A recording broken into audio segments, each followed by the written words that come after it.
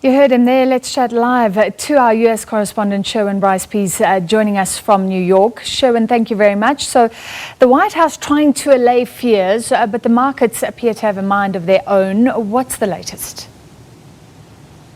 Yeah, I'll tell you about the markets in a second, Francis. The Secretary General of the United Nations spoke to reporters just about 10 minutes ago and just reiterating a message from the World Health Organization saying that the risk assessment of the WHO is that COVID-19 is at a very high level globally. Of course, they are not calling this a pandemic yet, but at a very high level. He said that this is not a time to panic. It's time to be prepared, to be fully prepared. We hear this a lot from health officials. Let's focus on the science and not on perceptions and sentiment.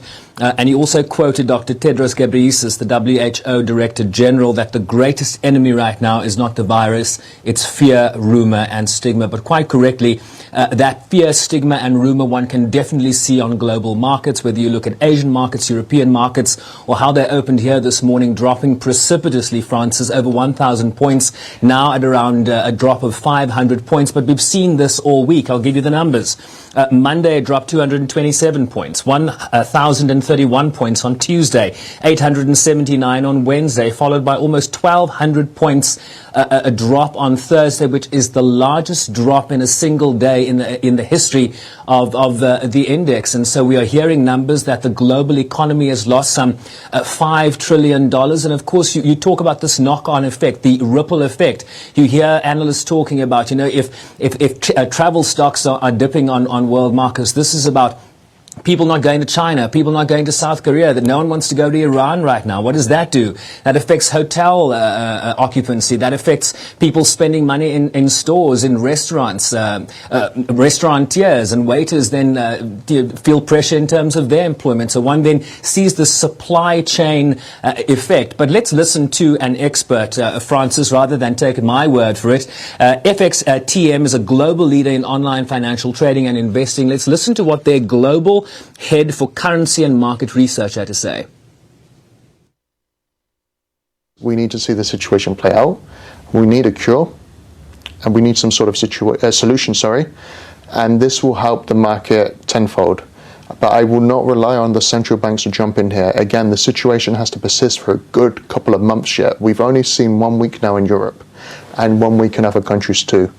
It's too early to say, central bankers, you need to act now, because if the situation does get far worse, central banks have already made their move.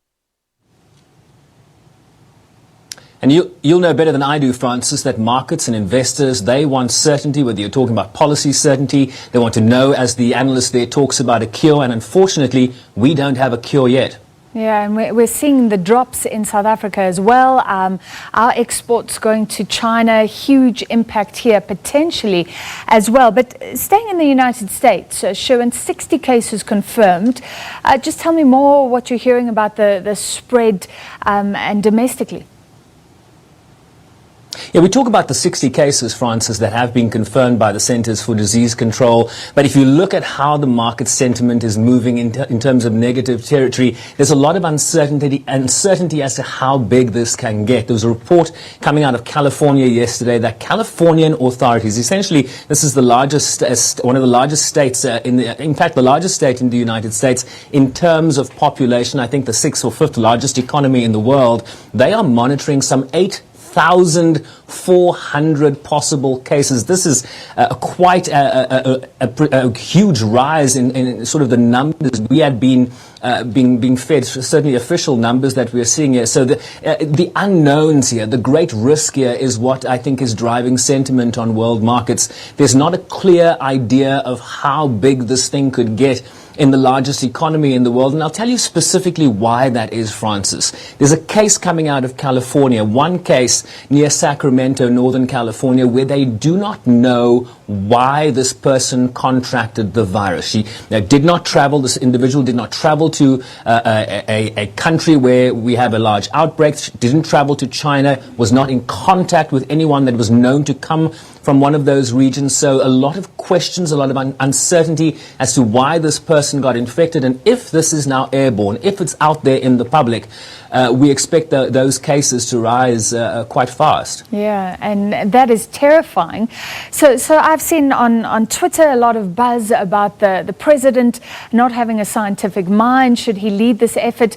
Just looking at the partisan divide in the US, how's the politics playing into the local response to this? Politics in the United States playing a factor in dealing with possible epidemic in the United States, Francis? Never, surely. But absolutely right, yeah. This started when the White House sent a budget request, an emergency budget spending request of $2.5 billion to the United States Congress. Democrats who run the House of Representatives balked at the number, saying this was too little, $2.5 billion too little, too late. And we saw in the days that followed the Senate Democratic leader Chuck Schumer talking about introducing a spending bill to the tune of $8.5 billion number. So politicians can't even agree on the amount of money required to combat this virus. Let's listen to what certainly the principal Democrat, Nancy Pelosi, had to say, and also what the president had to say. Unfortunately, up until now, the Trump administration has mounted an opaque and often chaotic response to this outbreak. They left critical positions vacant in charge of managing pandemics at the National Security Council and the Department of Homeland Security. They left them vacant. They dismissed the people and never filled the slots. We are so prepared like we never have been prepared. Now, they'll come up with a certain amount of money. Whether it's 2.5, I'll be satisfied with that. Whether it's 8.5, we'll take that too, and we'll have a lot of money left over, and we'll do a great job. We'll probably do about the same job. Mm-hmm. But I just want to say, this is really above politics. So to recap there for you, Francis, Nancy Pelosi saying this is an opaque and often chaotic response to the outbreak we're seeing from the White House. The White House is saying we are so prepared like we've never been prepared. You decide. All right, thank you very much. That was SABC News correspondent Sherwin Bryce-Pease. Following the epidemic, not a pandemic yet, although the World Health Organization, many speculating, could declare it thus, meaning it's really got a global spread right now. Most of the cases still emanating from China.